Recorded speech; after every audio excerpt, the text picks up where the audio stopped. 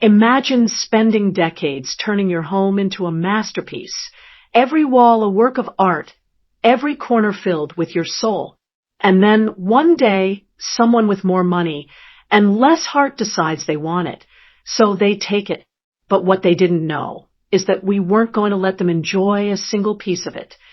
If you've ever wished you could watch karma come back in full force, this is the story for you. Hit that like button, subscribe, and get ready, because what started as a heartbreaking eviction turned into one of the most beautiful acts of revenge I've ever been a part of. When I think back to my old neighborhood, there's one house that always comes to mind. It wasn't the biggest or the most expensive, but it had something none of the others did. Magic. From the outside, you'd probably think it was just a charming little cottage. The facade was built to look like it belonged in a quiet English village. Soft-toned siding, flower boxes under the windows, a little arched doorway that looked like it came straight out of a storybook. But stepping inside, that was like walking into another world. Every wall, every single wall, was alive with color. The living room had a giant scene from Peter Pan, with Peter, Wendy, and the kids flying past Big Ben. The hallway walls were covered in Snow White's forest, with deer and birds frozen mid-step, almost like they could start moving if you turned your head away. The dining room had Beauty and the Beast's ballroom in rich golds and blues. It wasn't just wall art. It was her life's work. Her name was Rebecca. She'd been an art teacher in her younger years, then opened a paint and wine business where people could come in, sip some wine, and paint something for fun. She was good at it. Good enough that when she retired, she was still taking commissions to paint furniture and create one-of-a-kind decorative pieces. Rebecca had been in that house since the mid-'80s. The original landlord was a kind older man who absolutely adored her murals. In fact, he had promised her, verbally, that when the time came, she could buy the place. No lease, no paperwork, just a handshake and trust that we'd had our rocky moments. Back when I first moved in, I was that guy, the one with the loud truck and a lead foot. She called me out on it a couple of times, and I wasn't exactly polite in return. But over time, we worked it out. One day, I stopped by with a case of beer as a peace offering, and we ended up talking for hours. Since then, she'd been like family. For years, life in our little neighborhood was stable, peaceful. Then, the day came when everything changed. The landlord passed away. Rebecca was heartbroken, not just because he'd been a good friend, but because she knew that promise they'd shared had never been put in writing. She hoped, prayed, that his kids would honor it. But hope doesn't mean much when money's involved. A few weeks after the funeral, one of the landlord's sons came by to inspect the property. He wasn't alone. He had his daughter with him. I happened to be outside, working on my truck, when they pulled up. The moment they walked in, I could see it through the open door. Her jaw dropped, her eyes went wide. The magic of the murals had her in a trance at the time. I thought maybe she'd just compliment Rebecca, maybe even offer to buy some art for her own home. But that wasn't what was happening. That girl wanted the house. And her father, well, he seemed like the type of man who didn't like hearing no. It didn't take long for the other shoe to drop. Barely a week after that visit, Rebecca got the news. The landlord's son had decided to reclaim the property for family use. His daughter, the one I'd seen staring wide-eyed at the murals, was going to move in. Rebecca didn't stand a chance. Without a lease or any signed agreement, there was no legal leg to stand on. She tried, believe me, she tried, to explain that the murals weren't some random graffiti, that they were her life's work, that the original landlord had loved them. But they twisted her art into a weapon against her. They claimed the murals violated the intended property appearance and could reduce market value. The same art that had made their daughter fall in love with the place was now their official excuse to force Rebecca out. That I'll never forget the night she told me. We sat in her kitchen, surrounded by Belle's golden ballroom walls, while she held her tea but didn't drink it. Her fingers trembled. "They can't take this from me," she whispered, her voice cracking. This is me. Every brush stroke is me. She had until the end of the month to leave. Those next few weeks were brutal. Every time I walked past her house, I'd see her standing in front of a different mural, her hand gently pressed to the wall, like she was saying goodbye to an old friend. She took photos of everything, but you could see it in her eyes. It wasn't the same. I was angry. Mike, my buddy who's a professional painter, was angry. And Rebecca, she was devastated, but trying to hold herself together. She threw herself into searching for a new place, and somehow, at the last possible moment, she found one, another state, but perfect for her. It even had a huge art studio on the first floor. She decided she'd leave the cottage facade on the front of the house and just go quietly. She didn't want to fight. She didn't want to become bitter. But then Mike made a suggestion, one that would change everything. That he'd just bought a brand new industrial paint sprayer, the kind you can use to cover entire walls in a few minutes. He needed a big project to practice on. And he said, half joking, what if we don't leave them your magic? What if we give them the exact opposite of what they fell in love with? Rebecca laughed at first, shaking her head. No, I'm not going to be petty. But later that night, she called me. Her voice was different. Firm. Let's do it. The plan was simple. Strip every trace of personality from the house. Erase every mural. Kill the storybook charm. Leave nothing but the kind of lifeless, cookie-cutter style you'd find in a cheap flipper home. We had 2 weeks before the family moved in. Once Rebecca agreed, we didn't waste a single hour. If the landlord's son and his daughter thought they were getting a whimsical storybook masterpiece, they were about to have the shock of their lives. The first step was clearing the place.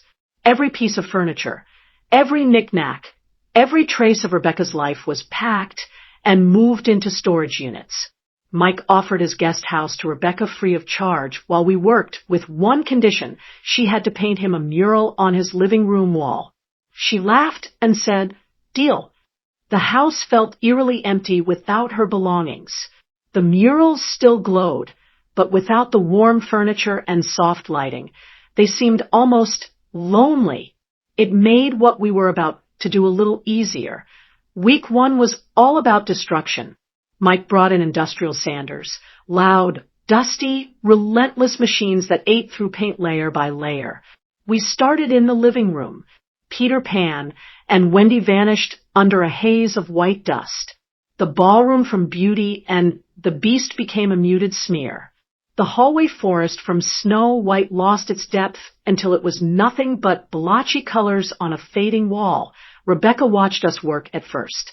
She didn't cry. She just stood there with her arms crossed, her face unreadable.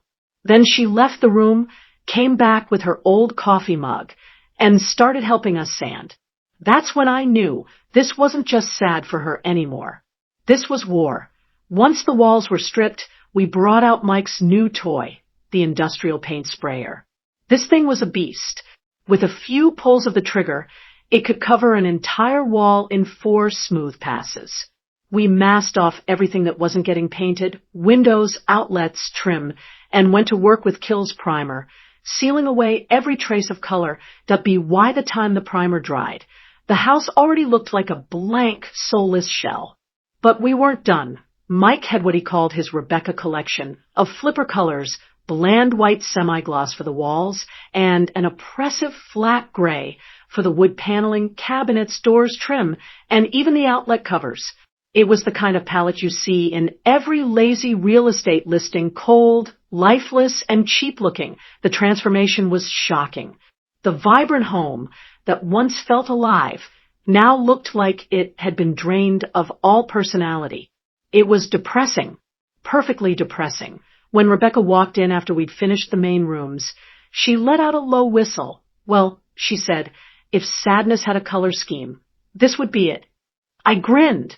Wait until we're done with the outside. The inside was dead, lifeless walls, cold colors, not a shred of magic left. But we knew the outside still held that old charm, and we couldn't let that survive. Rebecca's cottage-style facade was the first thing anyone noticed about the house. It had been custom-built years ago, a false front that gave the illusion of stonework and quaint window boxes overflowing with flowers. It was the bait that drew people in before they even saw the murals. If the daughter pulled up and saw that still standing, she'd still feel like she was stepping into a storybook. That couldn't happen. Mike called in his friend, a landscaper named Troy, who agreed to help in exchange for the front bushes. He was a demolition artist in his own way, someone who could make something vanish without leaving a trace. His goal: remove the entire facade without breaking it, so Rebecca could sell it later if she wanted. The morning he arrived, the sound of crowbars and drills echoed down the street. Piece by piece, the faux stone came off. The arched doorway was dismantled. The flower boxes disappeared. By midday, the cottage illusion had been completely erased. In its place was the plain, uninspired face of the original structure. Flat siding, basic trim, nothing special. Then Troy went after the landscaping. The front garden that Rebecca had tended for decades, the roses, the hydrangeas, the climbing ivy, was uprooted and gone in hours. He stripped the yard down to bare dirt, then dumped in coarse gravel, a layer of sand, and for decoration, one lonely boulder. I stood there looking at it when he was done. And honestly, it was ugly. Not bad ugly, boring ugly. The kind of yard you see on a rental that's been empty for years. Rebecca walked up beside me and sipped her coffee, staring at the transformation. It's so, she paused, searching for the word. Dead? I offered. She smiled faintly. Exactly. By the end of that week, the house looked nothing like it had before. The outside was stripped of all charm. The inside was a lifeless shell. Every trace of Rebecca's identity had been removed. We didn't leave a single thing for that family to enjoy. As we locked up for the last time, Mike patted Rebecca's shoulder. They wanted your magic, he said. Now they get this. A monument to blandness. Rebecca nodded slowly. Let's see how much they still love it. The official move-out date came and went without drama. Rebecca was already settling into her new home in another state, busy setting up her art studio. I stayed behind, curious to see what would happen when the landlord's son and his precious daughter finally got their hands on their dream home. A few days later, I was helping another neighbor repair a section of their porch when I spotted activity across the street. 2 U-Hauls pulled up to Rebecca's old place. My heart rate kicked up. I knew this was the moment. The daughter stepped out first, her face bright with anticipation. She held a set of keys and practically skipped up to the front door. Her father followed behind, talking to one of the movers. I leaned casually against the porch railing, pretending not to watch. They opened the door and stepped inside. Even from a distance, I could feel the shift in their energy. The daughter froze in the doorway. She didn't move further inside. Her smile faltered. The movers stopped behind them, clearly waiting for instructions. I imagined what she saw. The vibrant murals she'd fallen in love with were gone, replaced by lifeless white and oppressive gray. The warm, whimsical home she dreamed of living in was now a soulless box with all the charm of a low-budget rental. She finally stepped in, but I could tell from her stiff posture that the magic had died for her instantly. Then came the real kicker. I knew they hadn't seen the outside from the street's far side yet. So when they stepped back out front, I watched the moment the daughter realized the cottage facade was gone. Her jaw dropped. She turned slowly, taking in the gravel, sand, and that single pathetic boulder where a lush garden once grew. The conversation between her and her father got heated. I couldn't hear the words, but the body language was crystal clear. This wasn't what she'd been promised. And then they left. The movers climbed back into their trucks without unloading a single box. By that evening, the house was dark and silent again. IT stayed that way. Weeks passed, and nobody moved in. The magical home they'd stolen had been reduced to something so utterly bland and lifeless that even the person who wanted it most couldn't bring herself to live there. Rebecca got her fresh start in a place where her art could flourish again. Mike got a stunning mural in his living room, and I got to witness one of the most satisfying acts of poetic justice I'd ever seen. Sometimes revenge doesn't have to be loud or destructive. Sometimes it's about taking away the thing that made someone greedy in the first place, leaving them with exactly what they deserve. Nothing. And in this case, nothing never looked so good.